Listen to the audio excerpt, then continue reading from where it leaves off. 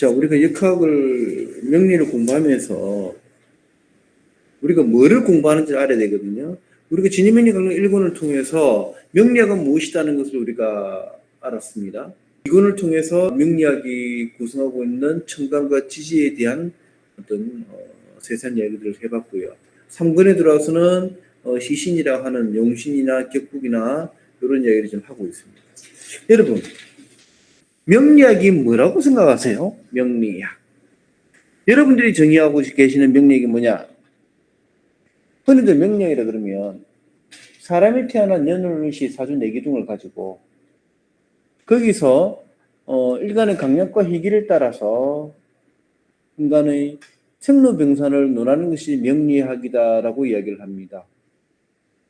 요 정도 이야기할 수 있으면 명리학에 대해서 어느 정도 좀 아신다고 할 수 있겠죠.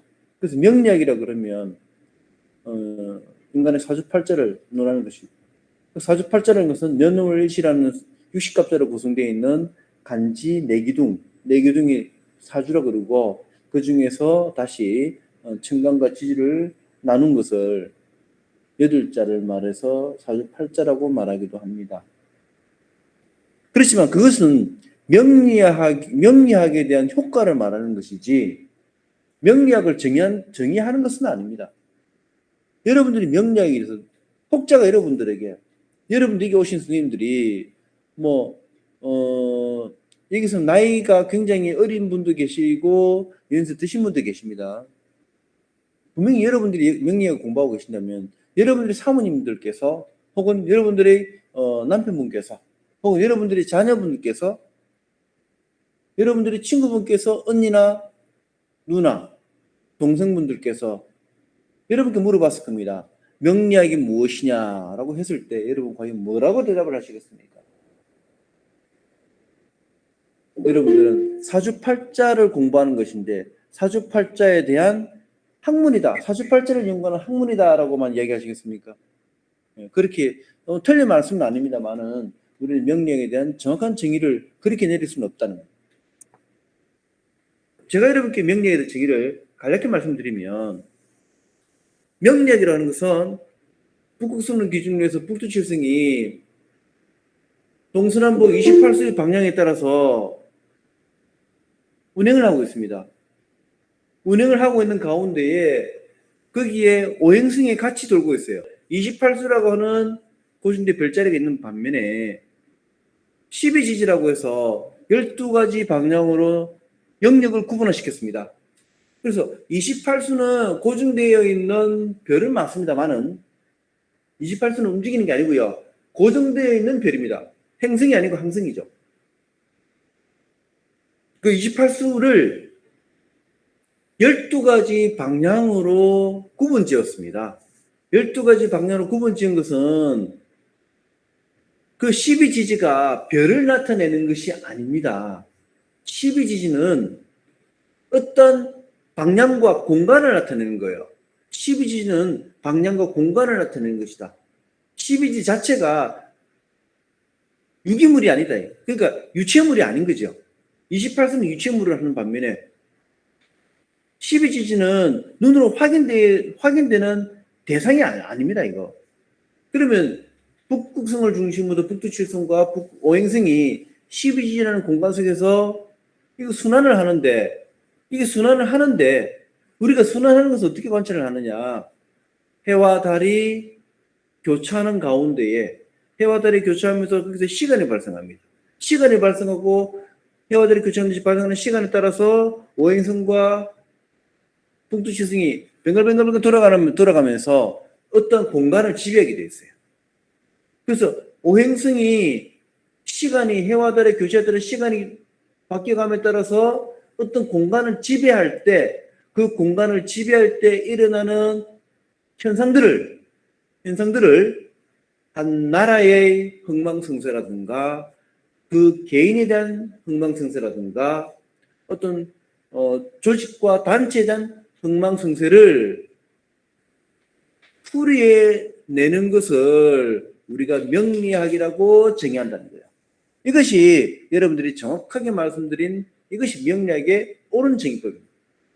명리학이라 하면 앞으로 이렇게 정의가 돼야지 음과 양으로 구성되어 있는 오행이 음과 양으로 구성되어 있는 것을 연월시에 배분해서 강약과 희귀에 따라 인간의 삶과 죽음을 논하는 학문이다라고 해버리면 그거는 30점. 방금 제가 말씀드린 그런 식으로 정의하셔야지 여러분들의 명리학을 정확하게 하시는 게 되는 겁니다. 아시겠습니까, 여러분들? 그래서 명리학은 그것이 명리학인 것이다. 그런 명리학을 제대로 이해하기 위해서는 다양한 툴들이 존재하는데 제일 중요한 것이 여러분들이 명리학에 대한 간지에 대한 이해도가 제일 중요하겠죠. 그래서 천간은 무엇이고 지지는 무엇이고 하는 것들을 여러분들이 공부하시는 거죠. 그래서 명리학을 천문에 기반해서 명리학을 해석을 해야 되는데 지 마음대로 갖다 붙이고 지 마음대로 이론을 창안하는 자들이 있어요. 그러다 버리면 명리학이 오염돼 버립니다.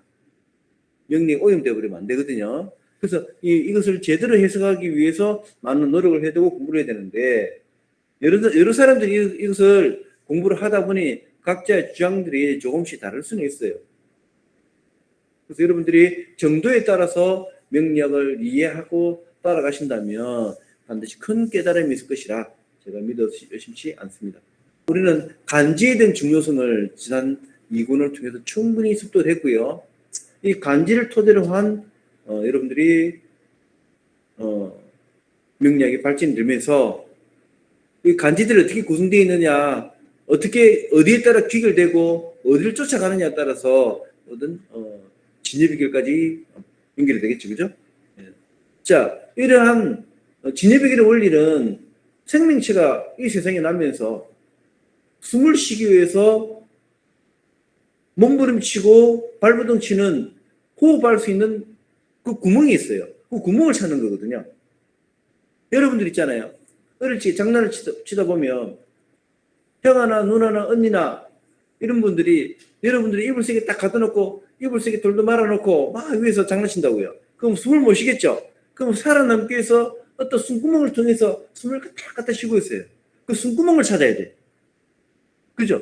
여러분들이 어디 매몰되어 있을 경우라도 숨구멍만 있다면 살아남을 수 있는데 그 숨구멍을 찾는 것이 뭐냐? 예를 들어 숨을 쉴 수 있도록 숨구멍을 찾는 것이 뭐냐? 그것이 바로 용신이라는 거죠.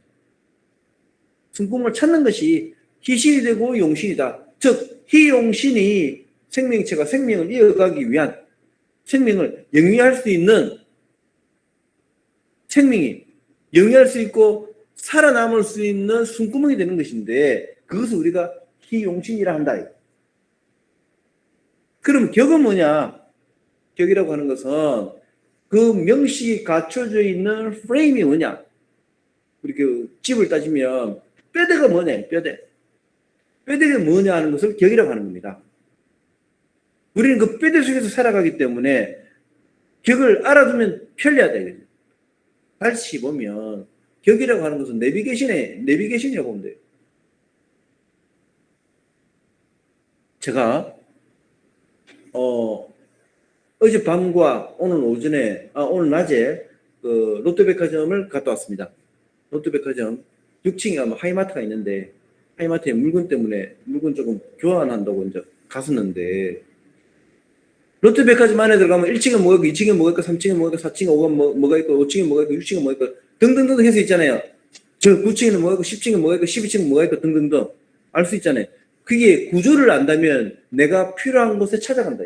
오늘 제가 용신에 대해서 얘기를 하는데 이 용신이라는 것은 숨을 쉬기 위한 살아남기 위한 숨구멍을 찾는 것인데 숨구멍을 찾는 것이 격을 통해서 숨구멍을 찾는 것도 좋은 방편이 될 수도 있고 다양한 방식이 되기 때문에 격도 알고 용신도 알고 하는 겁니다.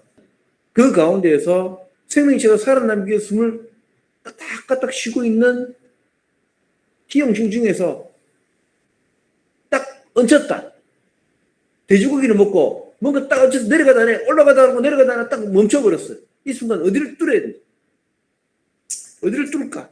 그 뚫는 것이 필요하대요.